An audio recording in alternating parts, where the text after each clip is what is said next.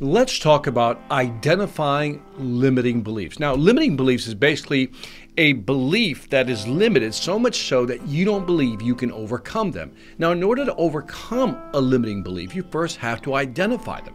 Now, what I've discovered in my lifetime is that they're very easy to detect and identify, and then in the end, we'll have to challenge them. But let me give you some examples of identifying limiting beliefs that other people, listen carefully, other people impose on you, and if you accept them, you wind up imposing them on yourself. Let me go through 3 examples. The first one, have you heard this? Unless you have a fill in the blank, you won't be able to fill in the blank. That is a limiting belief statement. How many times have you heard people say that to you? Unless you have this, you won't be able to do that. And we accept that almost as fact. And what people are doing is they're imposing their belief system on us. And if we accept what they've just said, then it becomes our belief system. For example, somebody might say, unless you have a degree, you won't be able to succeed, right? And if you buy that, if they sold you on that belief system, you've now limited your thinking and your belief system. So again, when you hear somebody say this, unless you have this, you won't have that, that's the template for a limiting belief. Do not accept it. Here's another example you may have heard of. Without a fill in the blank, you can't fill in the blank. Again, your alarm should be going off like, that's a limiting belief statement that people say.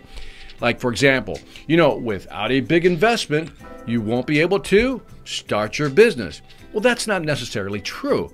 People have started their business with very small investments, almost no money, and they got it going. So again, when somebody says something like this, your alarm bell should just ring. As soon as you hear, without a this, you won't have that, you should go, whoa, wait a minute, is that true? And you begin to question that belief system. Again, don't accept what people say. Be very critical of what comes into your brain and affects your belief system. One more example. How about this? You'll need to do this in order to get that. Ooh, I've heard that one a lot in my career. For example, you'll need to work here at least 5 years if you want to be promoted. Well, the reality is you don't have to be there 5 years to get promoted, okay? You can probably do it sooner or go to another company and get promoted there. There's so many options. But again, when people say these things, these are limiting beliefs that they're trying to impose on you. And again, I'm repeating myself for effect here. If you accept them and they become part of your belief system, you've just undermined your career and your life. So here's what I want you to do.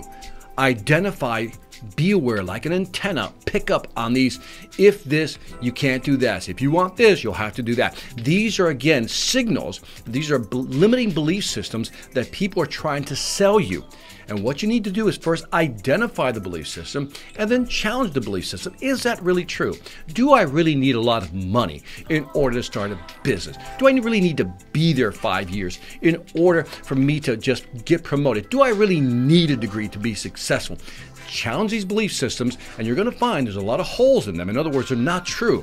But a lot of people accept them as true, which is what holds them back from succeeding. Don't be a victim to other people's belief system. Reject them, move on, be great.